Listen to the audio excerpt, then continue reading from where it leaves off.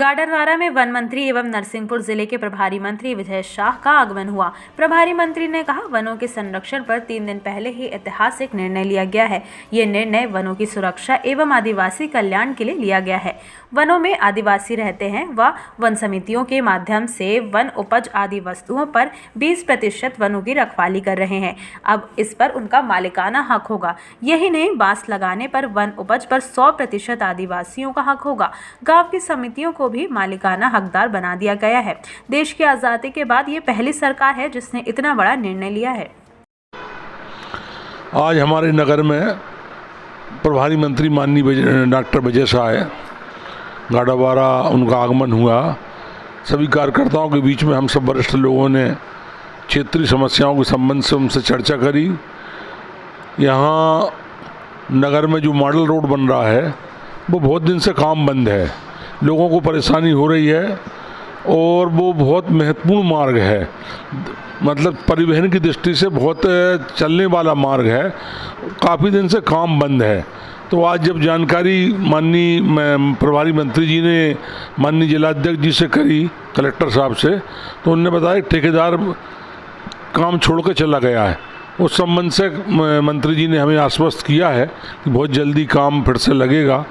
और मांग यहाँ की एक गाडरवारा से 12 मार्ग 18 किलोमीटर है, वो मार्ग बिल्कुल क्षतिग्रस्त हो गया, टूट गया और लोगों में आवागमन की दृष्टि से वो मार्ग रहा ही नहीं।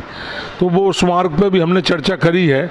तो माननीय प्रभारी मंत्री जी ने भोपाल हम लोगों को आदेशित किया है कि हम भोपाल आएँ और वो प्रस्ताव बराबर बनाकर पहुंचाकर लोक निर्माण मंत्री जी से चर्चा करेंगे।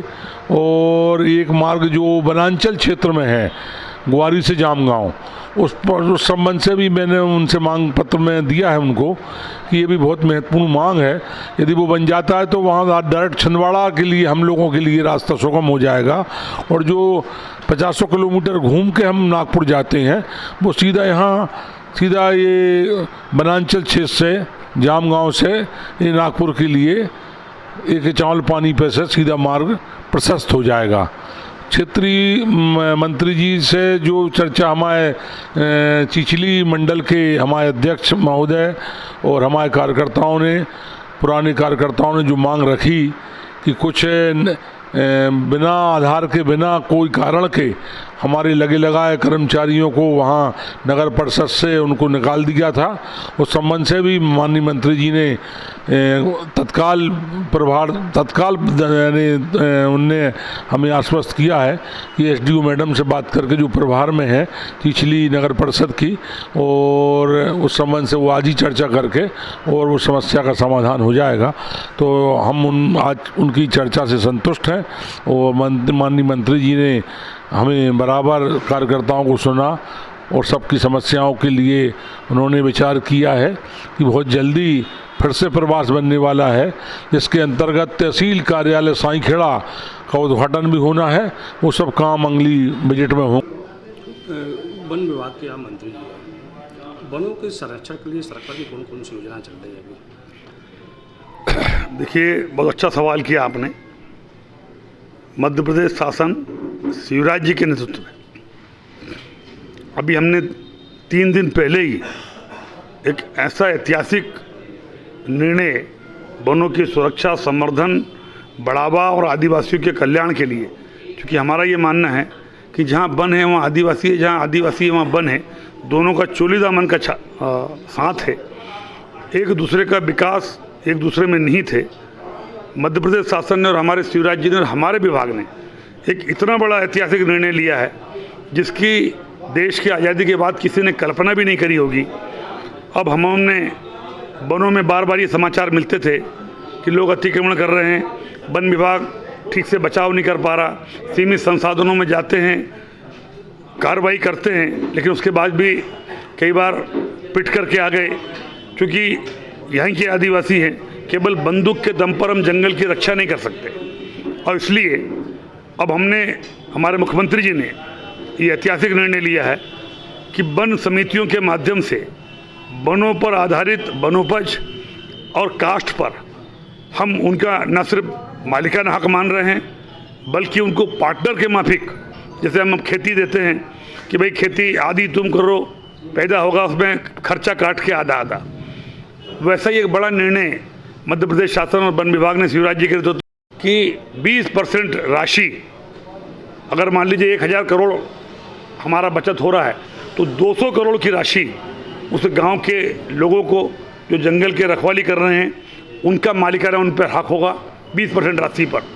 इसके साथ साथ जो नए बांस और वनोपज लगा रहे हैं उस पर 100% होगा। इस तरीके से अब हमारा ये मानना है कि जंगल भी बचेंगे, जंगल की सुरक्षा भी होगी, दूसरा अतिक्रमण कर नहीं पाएगा।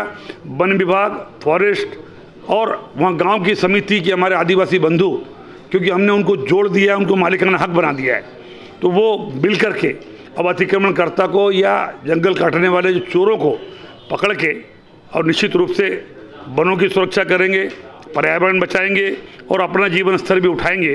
देश की आज़ादी के बाद पहला सरकार है जिसने हिंदुस्तान में इतना बड़ा निर्णय लिया। गाड़ावाड़ा में एनटीपीसी है, एनटीपीसी के द्वारा मेडिकल कॉलेज यहाँ पर आया था पर वो चला गया। कि आने वाले समय में इंजीनियर छात्र और मेडिकल के छात्र बाहर पढ़ाई करते हैं, कि एनटीपीसी कोई कॉलेज की है? देखिए, एनटीपीसी भारत सरकार के अंतर्गत आती है और एनटीपीसी जैसी बड़ी संस्था उनसे बराबर सहयोग माननीय प्रधानमंत्री जी लेते रहे।